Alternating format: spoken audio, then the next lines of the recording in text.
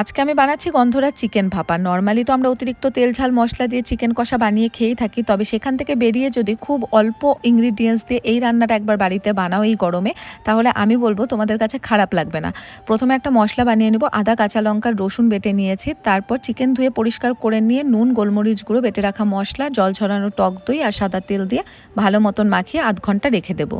তারপর কড়াইতে সাদা তেল গরম করে তেজপাতা, শুকনো লঙ্কা ফোড়ন দিয়ে সেই ম্যারিনেট করা চিকেনটা দিয়ে ওপর থেকে একটুখানি লেবুর ওপরে সবুজ অংশটা গ্রেট করে দিয়ে স্লাইস করে কেটে রাখা কয়েক টুকরো লেবু দিয়ে দেবো। তোমরা চাইলে এই রান্নাটা কড়াইয়ের মধ্যে না করে টিফিন বক্সের মধ্যে সব কিছু একবারে দিয়েও কিন্তু ভাপিয়ে নিতে পারো। যদি তোমরা টিফিন বক্সে ভাপাও তাহলে কিন্তু 25 থেকে 30 মিনিট ভাপাবে। আর আমি যেহেতু কড়াইতে করেছি তাই 20 মিনিট আমি ঢেকে রাখার পর যখন জল উঠে আসবে ওপরে তখন লেবুর স্লাইসগুলোকে তুলে নিতে হবে, নয়তো বেশি টক হয়ে যাবে।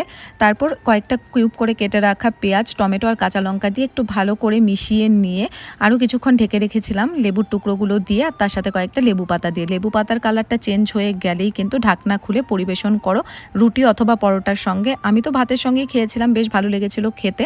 তবে আমার হাজব্যান্ডকে আমি নান বানিয়ে দিয়েছিলাম, তো ও বলল যে বেশ ভালো লেগেছে খেতে। তো রেসিপিটা যদি ভালো লাগে অবশ্যই লাইক, কমেন্ট আর শেয়ার করতে কিন্তু ভুলো না।